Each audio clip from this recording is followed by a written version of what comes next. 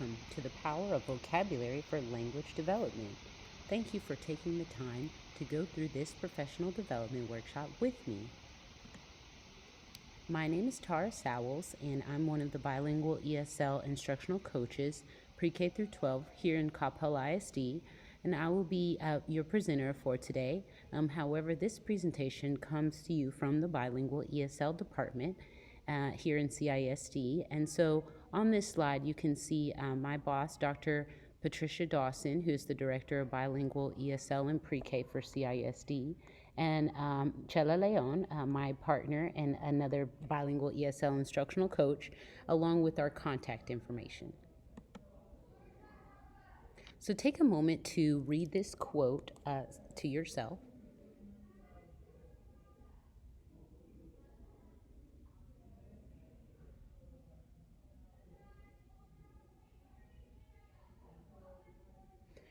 So this quote comes directly from the page 33 of our Sheltered Instruction in Texas book. Every teacher in CALP ISD should have a copy of this book.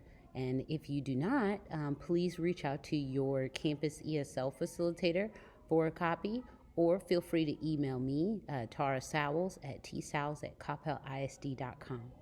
And this quote really shows why this presentation and this professional development is so important, because we really want to create those opportunities for our ELs to be successful in not only their content area classes, but also with their social life and with their friends. So we really have to be explicit and teach those words that have been identified as the most important, as the most bang for your buck, in order to develop that fluency in their academic language. So first, let's talk about the BICS versus the CALPS. And this is the basic interpersonal communication skills versus the cognitive academic language proficiency. And another way that we look at this is the brick and the mortar words, right?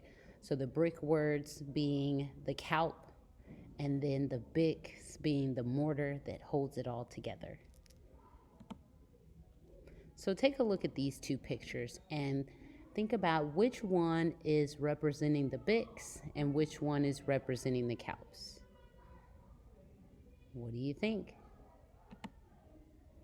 If you said that the top left picture is representing the BICS and the bottom right picture is representing CALP, you are correct. And did you also know that the basic interpersonal communication skills normally take between 6 months to 2 years to develop, versus the CALPs take between 5 to 7 years to become fully proficient in that academic language? And has anyone heard of the silent period? That's right. When our newcomer students come to us with very limited English skills, they may be in a silent period for 6 months up to a year, where they're not saying anything, but they are taking in information. They're processing and they're listening and they're taking in all that information. And when their affective filter is low enough, they will be, and they're comfortable enough to speak, they will begin to attempt that communication, expressive communication, not just the receptive.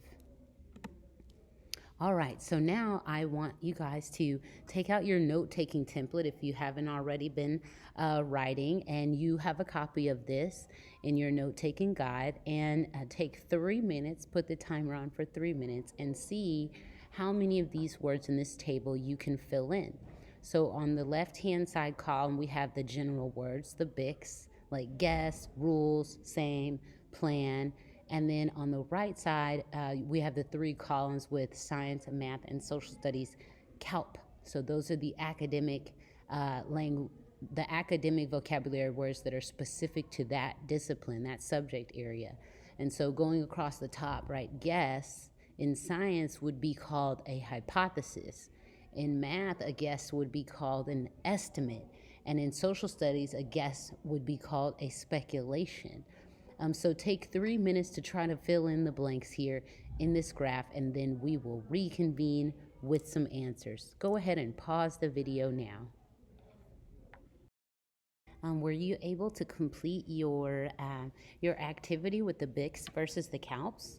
Well, now let's reveal. Here are some potential answers that you may have included in your brainstorming session of various synonyms for these BICS words that would be used in different subject areas. So, for example, a plan in science might be called scientific method.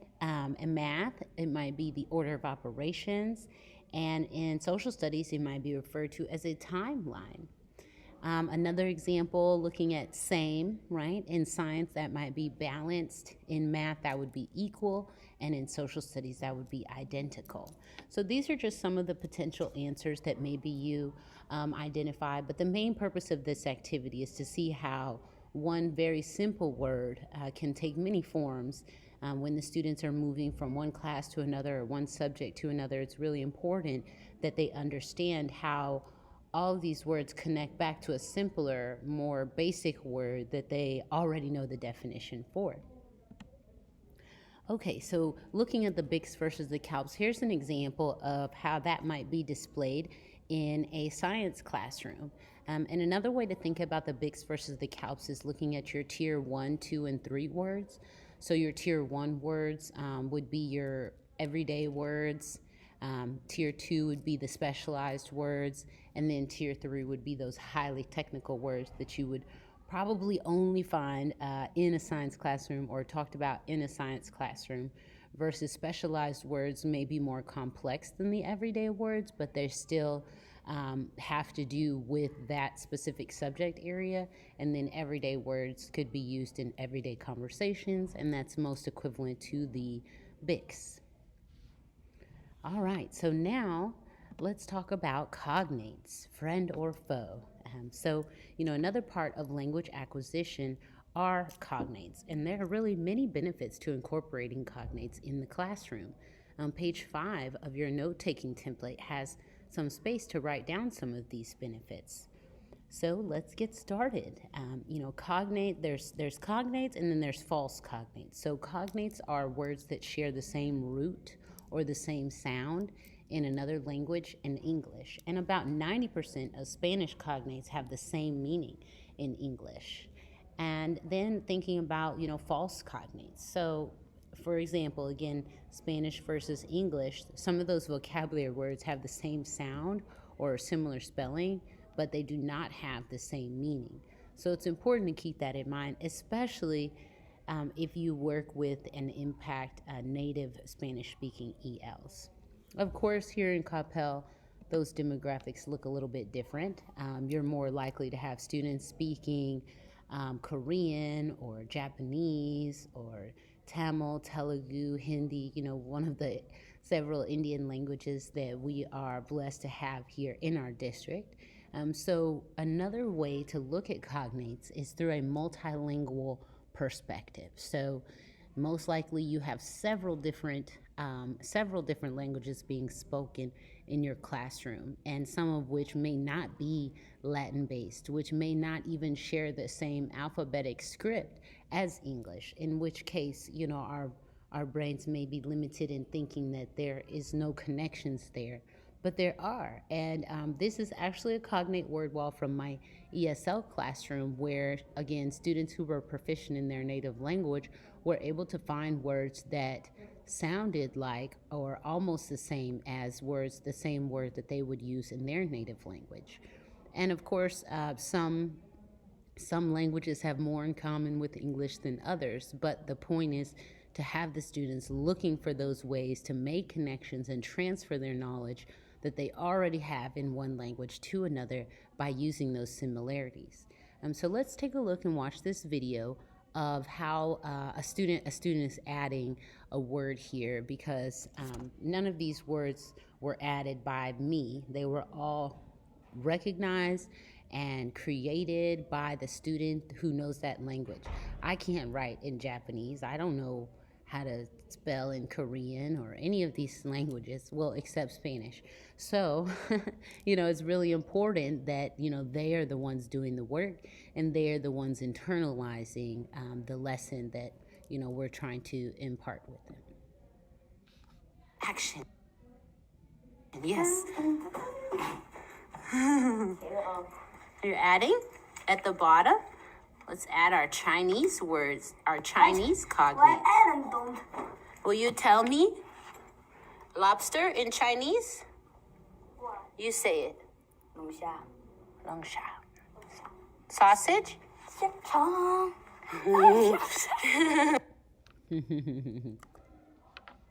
So you can see how excited that student was to share that he had made some connections there between Chinese and English. And so the opportunities are always there. We just have to provide the space for them. Now let's talk about morphology. So morphology is the study of Greek and Latin roots, or the parts of the word that have their own individual meaning, and then by putting those parts together, it helps the students construct the meaning of a word, and so it helps them with their language acquisition. And so as we talk about these details, page 6 of your note-taking template is a great place to write down some of this information. And so when we're thinking about, 1.2 million words, this is how many English words come from Greek and Latin. So there's a lot of similarities that we can draw on and pull from as we're working with students who speak languages other than English that are Greek or Latin based. And so thinking about that, here's some facts. Just a single root can help us understand 5 to 20 words. So regardless of if we don't know what language, their native language, and they're just learning English in the English-only setting, knowing the meaning of a single root can still help that child then use their context clues and decipher the meaning of a word within the context of a sentence. And also 90% of English words with more than one syllable are Latin based. So as the students move up through the grade levels and they're looking at those more complex words with multiple suffixes, prefixes, roots, we can come back to the Latin roots and understand how that word evolved to what it is today.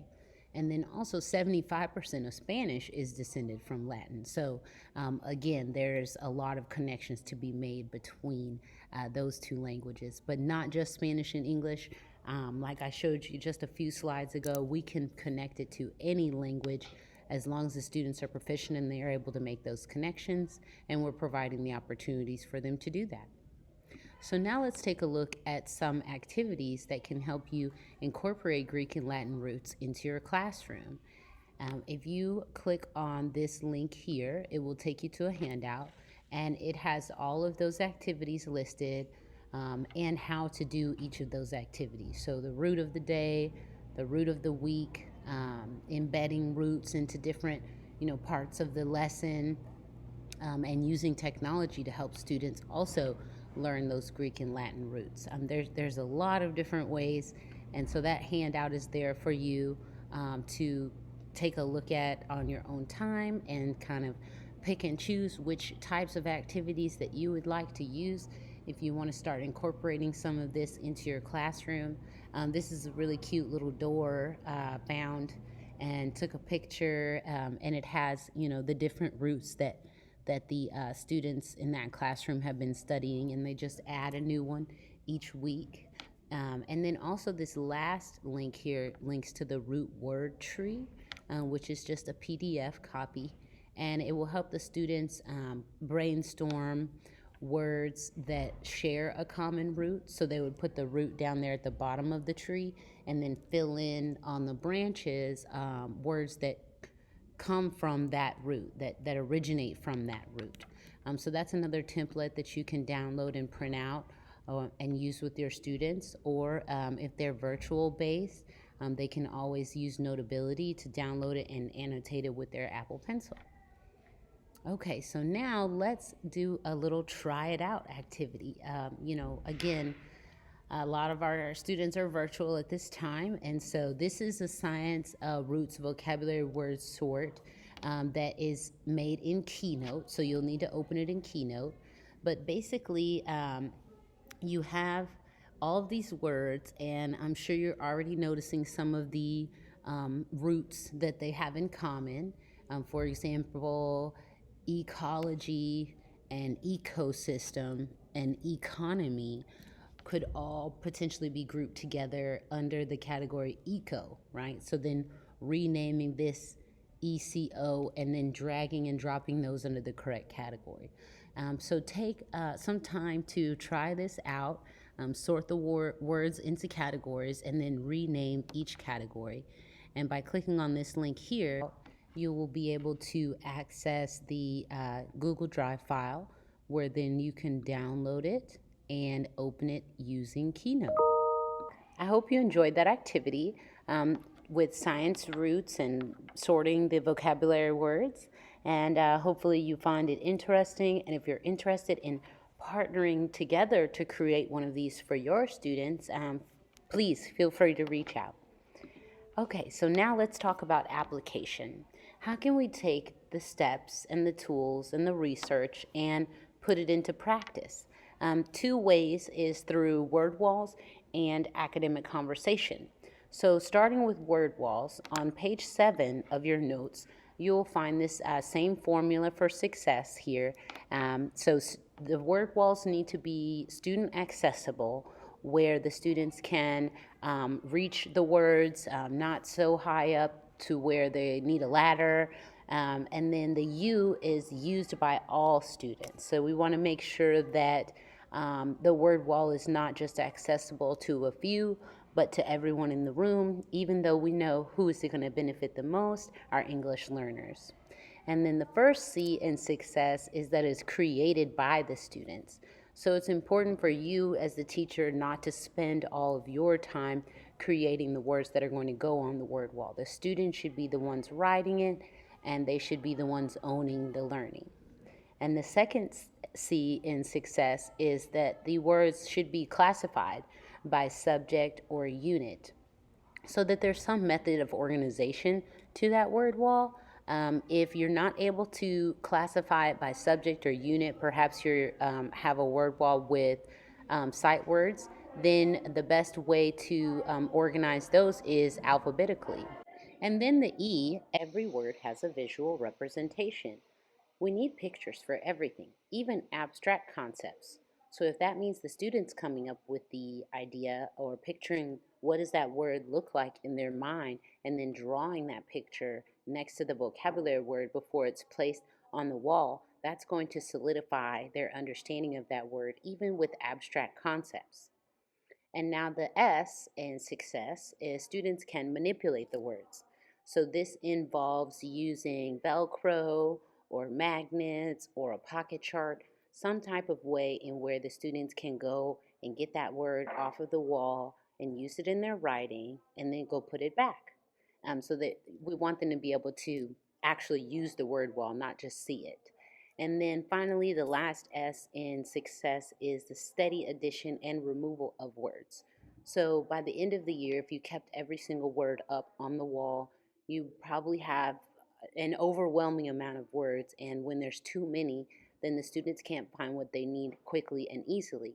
So you want to take them down, like after each unit, but not throw them away, because there'll still be some students in the classroom that are going to be looking for words that may have already been taken off of the word wall. So you can put those words into a binder or a bucket or a bin off to the side, where if a student is looking for a word that used to be on the word wall, they'll be able to find it and use it when they need it.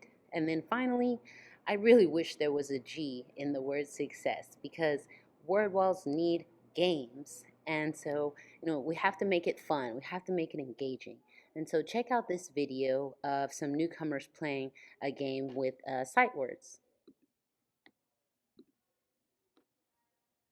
That. Alex?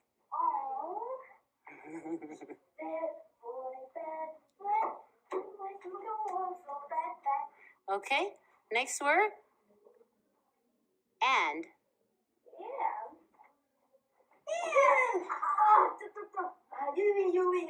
Yeah, good job.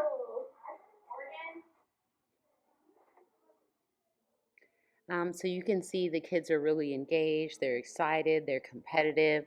So the boys are being a little bit more competitive than the girls there, but they're identifying those sight words. They stand behind that blue line. The teacher calls out the word, and then as soon as they found the word with their eyes, they step forward and grab it, and then they go and put it under their name. And so we're counting up how many words that they can be the first one to find. This is a different type of word wall that you might see in a science classroom using realia. And so realia is really effective because it puts the actual object onto the wall. So not just a picture of it, not just a word, but the actual object, maybe in a little plastic Ziploc bag, taped or stapled to the wall so that students can go up, they can touch it, they can interact with it, and they can really experience the word, not just see it pictured or written.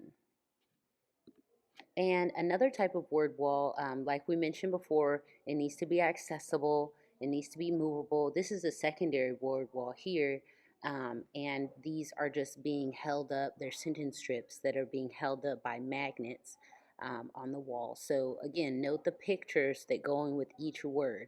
Perhaps electromagnetic wave is not something that's visible to the naked eye. However, there is a visual representation that then triggers in our mind to understand what does that word mean.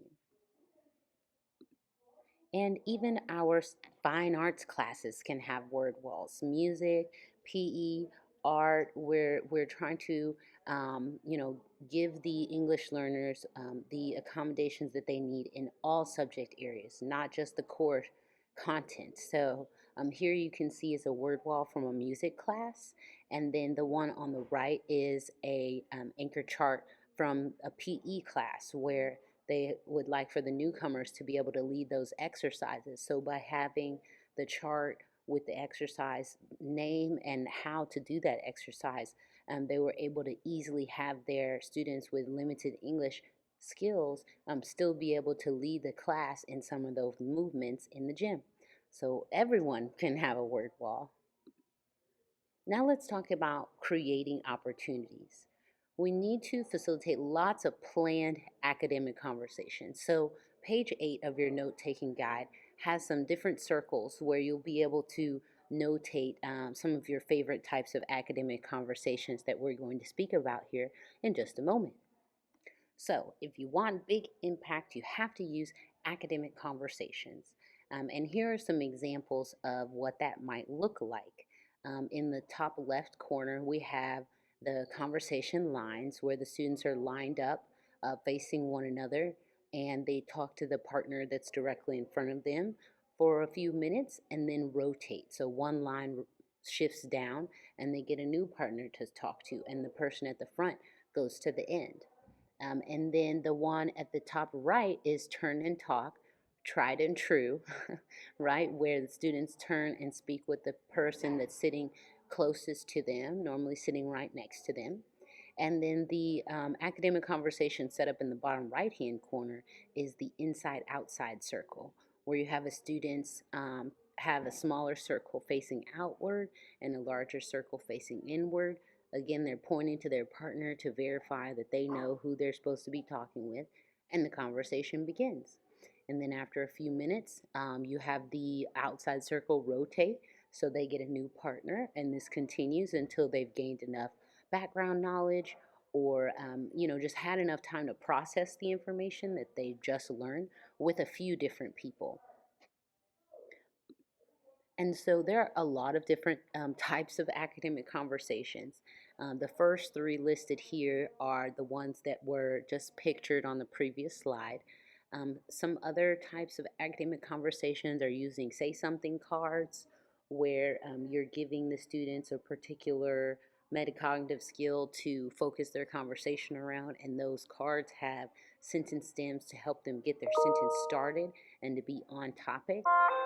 There's also cooperative learning groups, think, pair, share, coffee date, lunch date, and gallery walk. So all of these activities, when you click academic conversations, the title here on this slide, it comes up with a document that basically tells you how to implement each one of these strategies in your classroom to encourage those structured academic conversations.